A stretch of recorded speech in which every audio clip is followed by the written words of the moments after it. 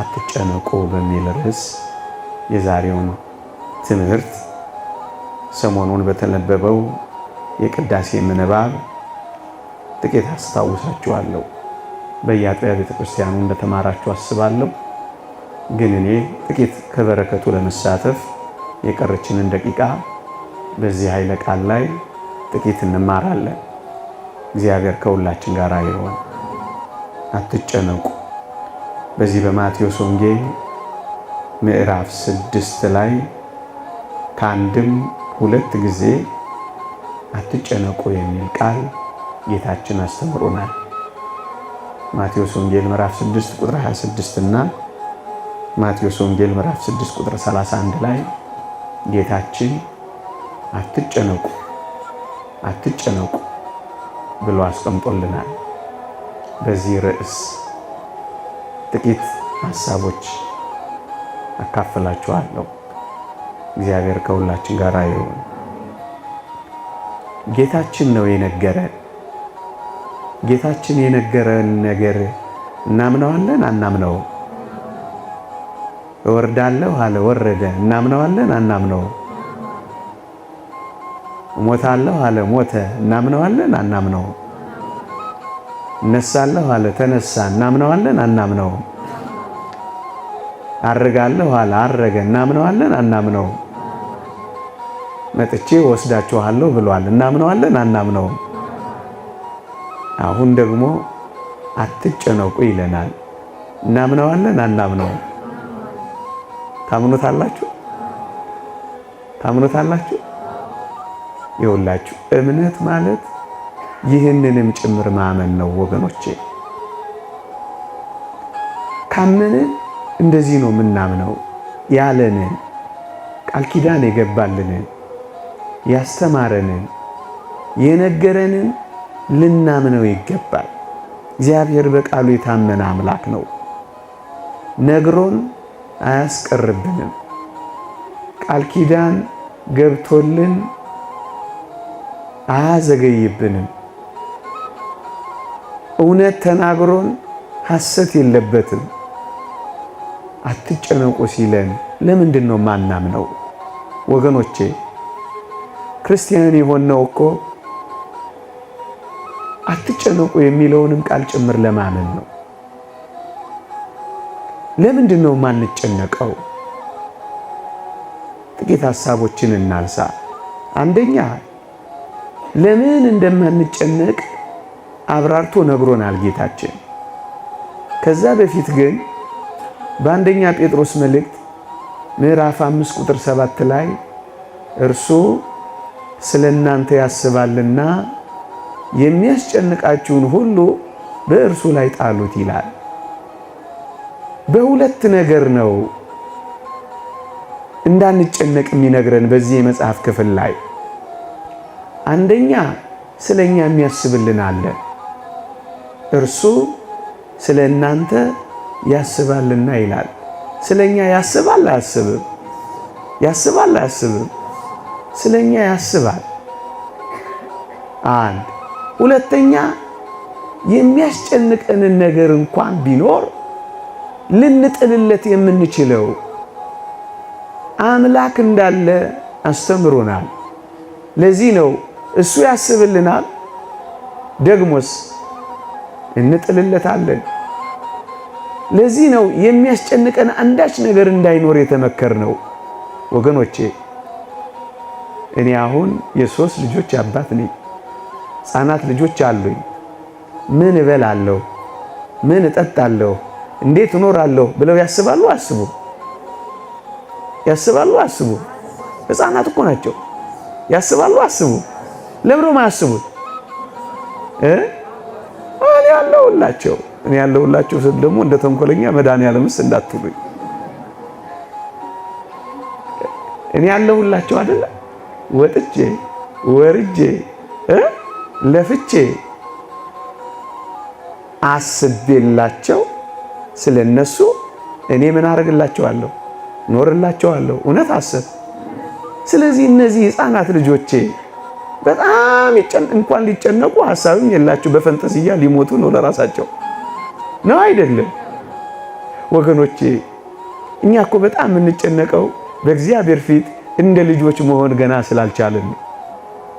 ደርሶ አሳቢዎች፣ ደርሶ ተካዦች፣ ደርሶ ተመሳጮች፣ ደርሶ አጉረምራሚዎች የሆነው በእግዚአብሔር ፊት እንደ ልጆች መሆን ስላልቻለን እኮ ነው። አባት ለልጆቹ እንደሚራራ እግዚአብሔርም ለኛ ይራራል አይልም የእግዚአብሔር ቃል? እግዚአብሔር እኮ ከአባት በላይ አባት ነው። ከእናት በላይ እናት ነው እኮ እግዚአብሔር። እኔና እናንተ ለልጆቻችን እንዲህ ማሰብና እንዲህ ማሳረፍ ከቻለ እግዚአብሔርን በአባትነት እንዴት ተጠረጥሩታላችሁ? ይህንን ወንድሜን ፊቴ ስላለ ከእግር ጋር አንስቼ ብድግ ባረገ ጥሩ ስሜት ይሰማል፣ ኮንፈርት ይሰማል፣ ምቾት ይሰማል። እንደውም ማሳሰቢያ ያበዛል። ጠበቅ አድርገኝ እንዳትለይ አይለኝም? የኔን ቤቢንስ ብድግ አድርጊያት ብሸከማት ምን ነው የምታረገው? ትከሻዬ ላይ ለጥ ነው የምትለው። ምናልባት እንደ እከም ለሽ ልትል ትችላለች። ነው አይደለም? ይኸውላችሁ እንዳደገ ሰው መመሪያ መስጠት እጆቻችንን ይዞን እንዲመራን ሳይሆን እጁን ይዘን እንድንመራው ስለምንፈልግ ልጆች መሆን ስላልቻለን እኮ ነው ወገኖቼ። መተኛት አልቻልንም። ክንዶቹ ላይ መጣል አልቻልንም። ኃይሉ ላይ መጣል አልቻልንም። ልንመካበትና ልንተማመንበት አልቻልንም ወገኖቼ። ያን ሕፃን ሰምታችሁት የለ? በሆነ በጣም በሞትና በሕይወት መካከል ባለ በሚጥል ቦታ ላይ አንድ ሰው ይዞታል እና በጣም ተመችቶት ያኮርፋል። ግን በጣም አደጋ ሊያመጣ የሚችል ቦታ ነው። ይሄ ልጅ በጣም የተመቸው ለምንድን ነው ተብሎ ሲጠየቅ ለካ የተሸከመው ምኑ ነው? አባቱ ነበር። ወገኖቼ በአባታችን እጆች ውስጥ እንዳለን ታስባላችሁ? ለዛ እኮ ነው የምንጨነቀው። እስኪ ልጠይቃችሁ፣ በእናቶቻችን ማህፀን እያለን ደማችን ሳይረጋ አጥንታችን ሳይሰካ ገና ያኔ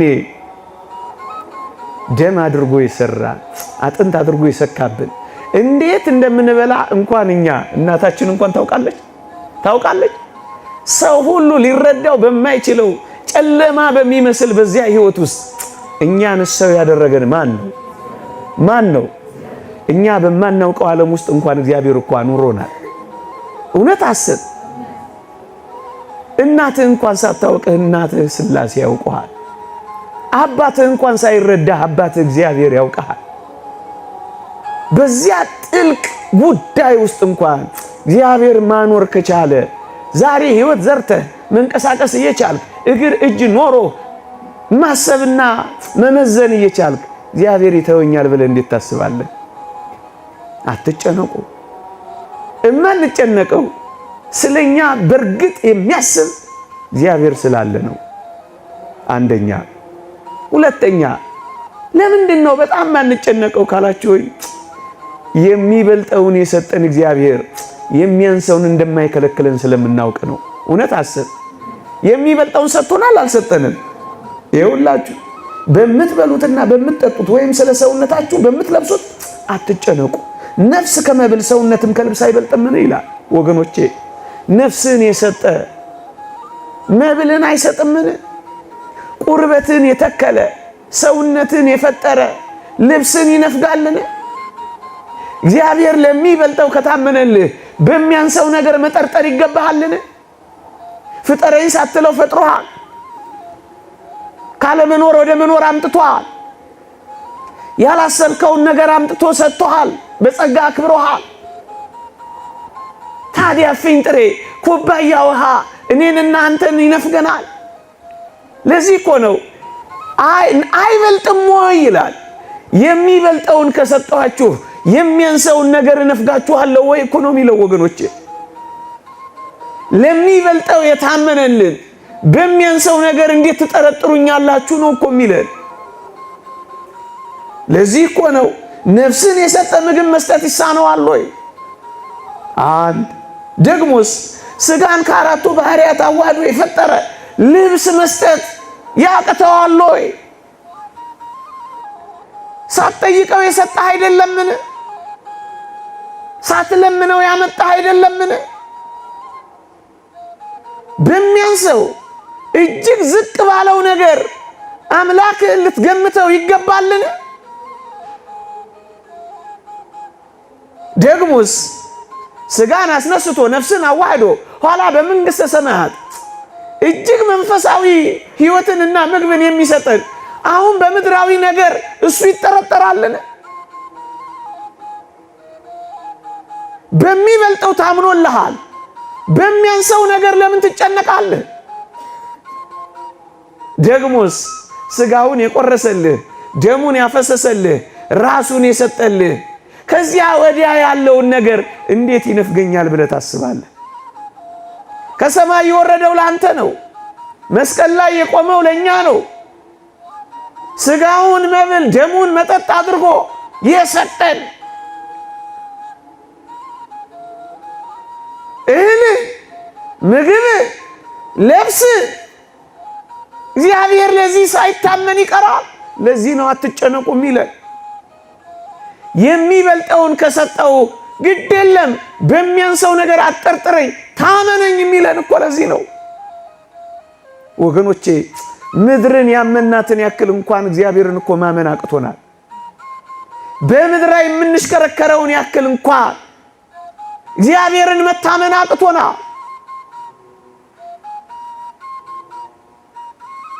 እመነኝ የሚለው የሚበልጠውን ከሰጠው የሚያንሰውን አልነፍግም ቃል እገባልሃለሁ እኮ እያለ ነው። እናት ልጇ ጡቷን ሲስብላት ማግ ሲያደርግላት በጣም ደስ እንደሚላት እግዚአብሔርም እኮ ስናምነው በጣም ደስ ይለዋል። ወገኖቼ እንድናምነው የሚፈልገው በዚህም ጭምር ስለሆነ እኮ ነው አትጨነቁ የሚለን። የሚበልጠውን አድርጎልናል።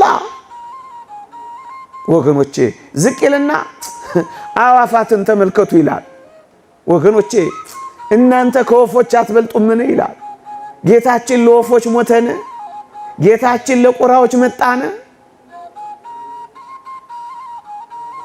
ቁራዎችና ወፎች ጉዳዮቹ ነበሩን? ጉዳዮቹ እኮ አንተ ነህ። ጉዳዮቹ እኮ እኛ ነን። እናንተ እኮ ከወፎች እናንተ እኮ ከቁራዎች ትበልጣላችሁ።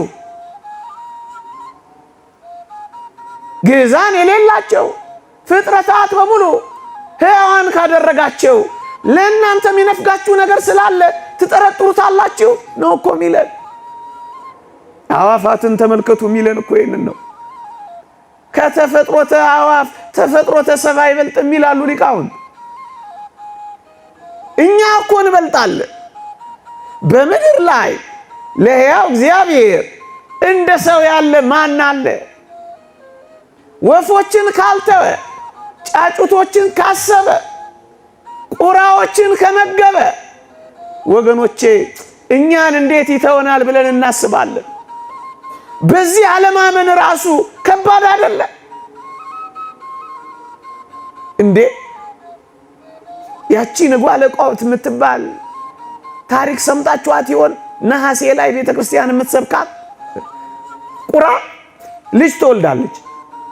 ልጅ እንደወለደች ልክ ስትወልዳት በጣም ላባ የሌላት ምልጥልጥ ያለች አይን የሌላት ምንም ነገር የሌላት አስፈሪ ድቡልቡል ነገር ትመስላታለች። ከዛስ እናቶዬ እቺማ ልጅ አይደለችም ብላ በራት ትሄዳለች። ምን አይነት እናት ነች እንዳትሉ እናንተ። ምን ታርግ ደንግጣ እኮ ነው። ከዚያስ አይን የለው ሄዶ አይበላ፣ ገና አይኑ ሞጭሟጫ ነው። ክንፍ የለው አይበር፣ ምን ይስራ? እግር ገና አላወጣ አይድህ። ማን አለው ለዚህ ቁራ?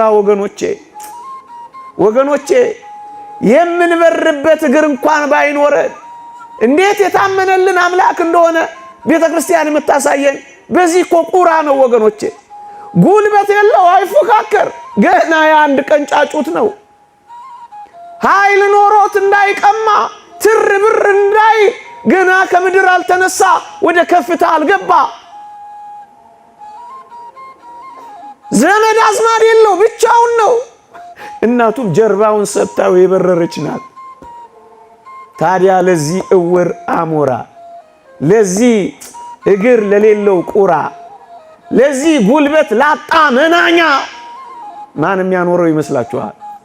ማንም ያኖረው ይመስላችኋል? ወገኖቼ ዘመድ የለኝም ብላችሁ ሆዳ ይባሳችሁ። እግዚአብሔር ከዘመድም በላይ ዘመዳችሁ እኮ ነው። ከወንድም በላይ ወንድም ነው። ከእህት በላይ እህት ነው። እንደ ደመና የከበቡን ቅዱሳን አሉን። ስለኛ ምጥ የሚያዙ እንኳን ሥላሴ ስለናንተ ዳግመኛ ምጥ ይዘኛል ያለውን ጳውሎስን አታስታውሱ? አልገባንም እንጂ እንደ ከዋክብት የሚበዙ እንደ አሸዋ የሚሰፉ ዘመዶቻችን እኮ አሉ። ዘመድ ተወኝ፣ ደጋፊ አጣው፣ ረጂ አጣው፣ ተመልካች አጣው ብላችሁ ለምን ወዲ ብሳችኋል? ለምን ጭንቀት ይገባችኋል? ለምን አቅል ያስታችኋል? ለምን አንገታችሁን ቅብር ያደርገዋል?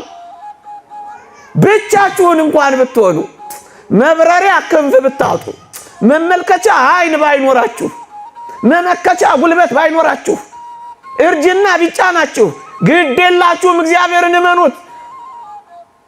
ያስርባችሁ እንደሆነ እዩት፣ ያስጠማችሁ እንደሆነ ፈትኑት።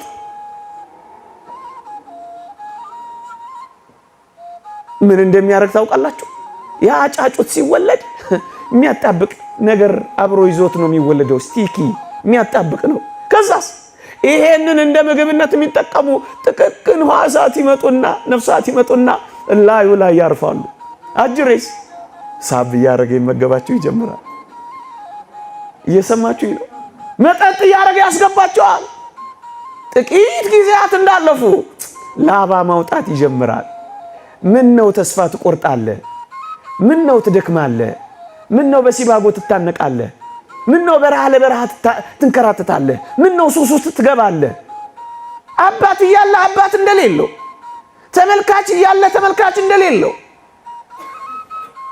ብርቱ ክንድ እያለ ደጋፊ እንደሌለው ለምን ትቅበዘበዛለህ? ኃያሉ እያለ ድካም ለምን ይሰማል? እንደዚህ እንኳን ብትሆኑ መጋቢ አላችሁ።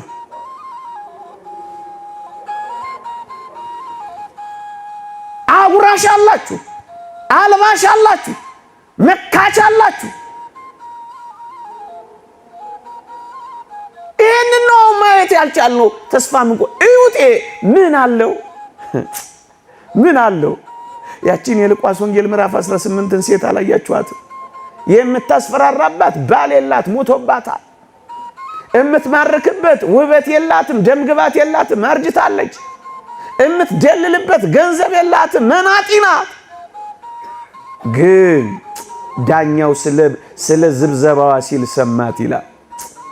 ምንም ነገር እንኳን ባይኖረን አጥብቀን ከጸለይን እግዚአብሔር አባታችን እንደሚሰማን አታስታውሉ? እግዚአብሔርንም ባልፈራ ሰውንም ባላፍር ስለ ጭቅጨቃዋ ብዬ እፈርድላታለሁ ያለውን ጨካኝ ዳኛ አስመሰልከው እኮ እግዚአብሔር። ብርቱ ጸሎት፣ ጥብቅ ሱባኤ፣ የእውነት ደጅ ጥናት አለን። ዝም ብሎ ጭንቀት ብቻ፣ መታወክ ብቻ፣ ማሰብ ብቻ፣ መናወዝ ብቻ፣ አቅልን መሳት ብቻ፣ መድኃኒት መዋጥ ብቻ፣ የጎደለንን ነገር መቁጠር ብቻ። ምንም እንኳን ባይኖርህ ይሄው የተስፋ አይደል? ብንጸልይ የምናገኝበት ተስፋ እኮ ነው። የተስፋ እግር ባይኖረን፣ አይን ባይኖረን፣ የምንበርበት ክንፍ እንኳን ባይኖረን ለካ መጋቢ አለን። ተስፋ አትቁረጡ ወጣቶች። ቢቆረጥ በእግዚአብሔር ተስፋ ይቆረጣል።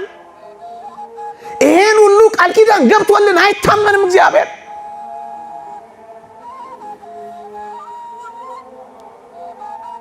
ከዛስ ሳብ እያረገ መብላትና መጠጣት ሲጀምር ፀጉሩም ሲመጣ፣ ላባውም ሲመጣ፣ እግሩም ሲመጣ፣ አይኑም ሲከፈት እናት ወይ ምን ታረጋለች? ይሄማ ልጄ ነው ብላ በራ ደርሳ ከተፈተለለታለች። ምን አይነት እናት ነች? ሁለተኛ እንደማት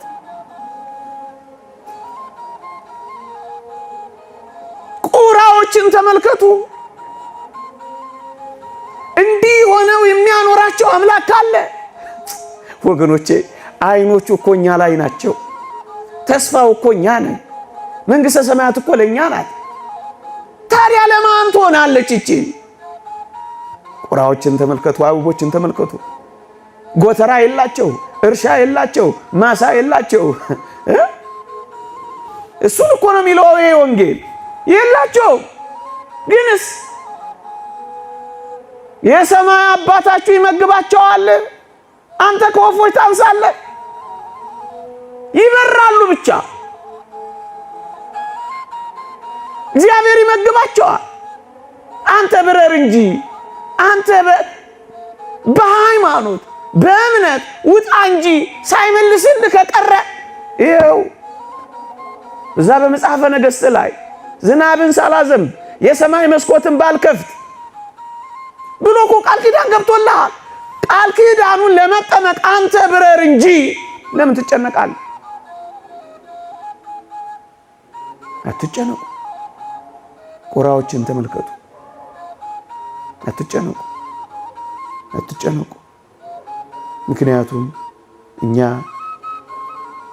ከቁራዎች እኛ ከወፎች እንኳን እንበልጣለን። ደግሞ ሊቃውንት ያነሳሉ፣ እናንተ ከእስራኤል ዘሥጋ አትበልጡምን ይላሉ። እስራኤል ዘሥጋን ታስታውሷቸዋላችሁ። በበረሃ እኮ የወሰዳቸው በረሃውን እኮ የመራቸው ፍጹም በሱ እንዲታመኑ እግዚአብሔርን በልጅነት እኮ እንዲያውቁት ነበር። በረሃ ለበረሃ የወሰዳቸው እንዲያሙት አልነበረም። እነሱ ግን አሙት።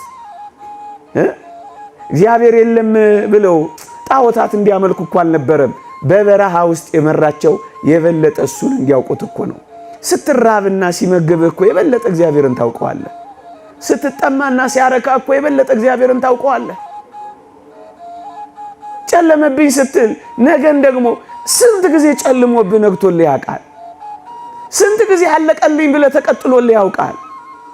ስንት ጊዜ ከፍቶ ደግሞ መለስ ስትል አስደስቶ ያውቃል። ወገኖቼ ለዚህ ፀሐይ መውጣት፣ ለዚህ ንፋስ መንፈስ፣ ለዚህ አየር መቀያየር ማን ፔቲሽን ተፈራርሞ አስገብቷል? ፀሐይ ያንተ ናት። ጨረቃስ የመንግስት ናት። ንፋሱስ የክልል ነው። ውሃውስ የፌዴራል ነው። የሱ አይደለ? ለዚህ የታመነልህ አምላክ ንፋሱን አንፍሶ ገለባውን የሚለይልህ፣ ፀሐዩን አሙቆ የሚያበስልልህ፣ ዝናቡን አዝንቦ የሚያበቅልልህ ለምንድን ነው የምትጠረጥረው? በረሃ የወሰዳቸው ለምን እንደሆነ ታውቃላችሁ? የበለጠ እግዚአብሔርን እንዲያጣጥሙት ነበር። እነሱ አልተጠቀሙበትም እንጂ ምንድን ነው የሚላቸው ወገኖቼ? እንዲህ ይላቸዋል። 40 ዓመት በበረሃ ስመራ ልብስህ አላለቀ፣ በትርህ አልወደቀ፣ ጫማህ አልተቀደደ፣ እስራኤል ሆይ ስማ ይላቸዋል። ለምን መሰላችሁ? ልብሳቸው እንዳያልቅ ጋረደላቸው። ፀሐይ አይመታቸው። ጫማቸው እንዳይቀደድ አሸዋውን ጋረደላቸው። ከዚህ በላይ አምላክ አለ? እስራኤልን እኮ ከግብፅ ነው ያወጣቸው። እኛን እኮ ከሲኦል ነው ያወጣ። እስራኤልን እኮ ሙሴን የመራቸው፣ ለኛ ክርስቶስን የመጣል። እስራኤልን እኮ ዮርዳኖስን ያሳለፋቸው፣ እኛን እኮ ገሃነመ እሳትን ያሻገረ። እስራኤልን እኮ መናን ያወረደላቸው፣ እኛን እኮ ራሱ መጥቶ ነው ብሉ ጠጡኝ ያለው። ታዲያ እኛን እንበልጥም? በአንድ ልብስ እንደሚያኖር አታምንም? እንደው የምር ብናምነው አንድ ቀን በበላ ነው ብዙ ቀን ሊያኖረን እንደሚችል አናውቅም? ምዕመና በተለይ ወጣቶች ስለምትበሉት ስለምትጠጡት ወይ ሰጥቷችሁ ብቻ እኮ አይደለም ሳያስርባችሁ እንኳን ሊያኖረው ይችላል። እውነት አስብ። እኔ አንዳንድ እህቶችን ዜና ሰማለሁ። ከበላው እኮ 3 ቀን ነው ግን ምንም አራበኝም ይላሉ። ምስኪንና ድሆች ናቸው። 3 ቀን ሙሉ የረሃብ ስሜት ያጠፋላቸዋል። እምትቀምሰው እንኳን ብታጣ እንዳትራብ ማድረግ እንደሚችል አታውቅም እግዚአብሔር? እምትጠጣው እንኳን ብታጣ ጉሮሮ እንዳይደርቅ ማድረግ እንደሚችል አታምንም እግዚአብሔር? አሁን ማመን እኮ ነው የጎደለን። ማመን፣ ፍጹም ማመን። እንደዛች ልጅ ዝናብ ጠፍቶ መሬት ደርቆ ተሰነጣጥቆ ወዮ ሊሉ ምህላ ሊያደርሱ ወደ ቤተ እግዚአብሔር ሲሄዱ አንዲት ሕፃን ልጅ ከእናቷ ጋር ትወጣለች አሉ። እንግዲህ እግዚአብሔር ያሳያችሁ። ዝናብ ጠፍቷል፣ ምህላ ሊያደርሱ ወደ ቤተ ክርስቲያን ይሄዳሉ። እቺ ብላቴና ጃንጥላ ይዛ ወጣችላችሁ። በጠራራ ፀሐይ፣ እልም ባለ በረሃ ሐሩር፣ መሬቱ በተሰነጣጠቀበት ለዝናብ ልመና ሲወጡ አጅሪት ጃንጥላ ይዛ ወጣችላችሁ። እንዴ ምን ሆነሽ ነው እንዲህ ባለ እሳት ውስጥ አንቺ እኔ ይዘሽ የምትወጪው አሏት አሉ። እሷ ምን አለች አሉ? ዝናብ ለምን አይደል ነው? አዎ ታዲያ ዝናብ ሲመጣ በምን እንጠለላለን አለች። አማን ማለት እኮ እንደዚህ እንደ ፈቃዱ አንዳች ብንለምን እናገኛለን አይልም? እንመነዋ፣ እግዚአብሔርን ፍጹም እንመነው። የሚያስብልን እንዳለ እንመነው። ብንጥልለት የሚሸከምልን አምላክ እንዳለ እንመነው። ባለፈውም ነግሬያችኋለሁ። ነገር ሁሉ ቢገላበጥ እንኳን ምን እንበለው? እንመነው። እኛን ሴትዮ ነግሬያችሁ የለ በጾመ ነነዌ አቴስት የሆነው አማኝ የሆነው ሰው አሁንማ እናቴ አቤት አሁን የጾመ ነነዌ የሚሉትን ያምናሉ። በደንብ አድርጌ ያምናለሁ። እሳቸው ላይ ያስቀድሱ ሲሄዱ መንገድ ላይ ጠበቁ እኮ ነው። እውነት አሳ አንበሪው ዮናስን ዋጠው፣ ከዛ ደግሞ ዮናስን ተፋው በሚለው ያምናሉ አላቸው።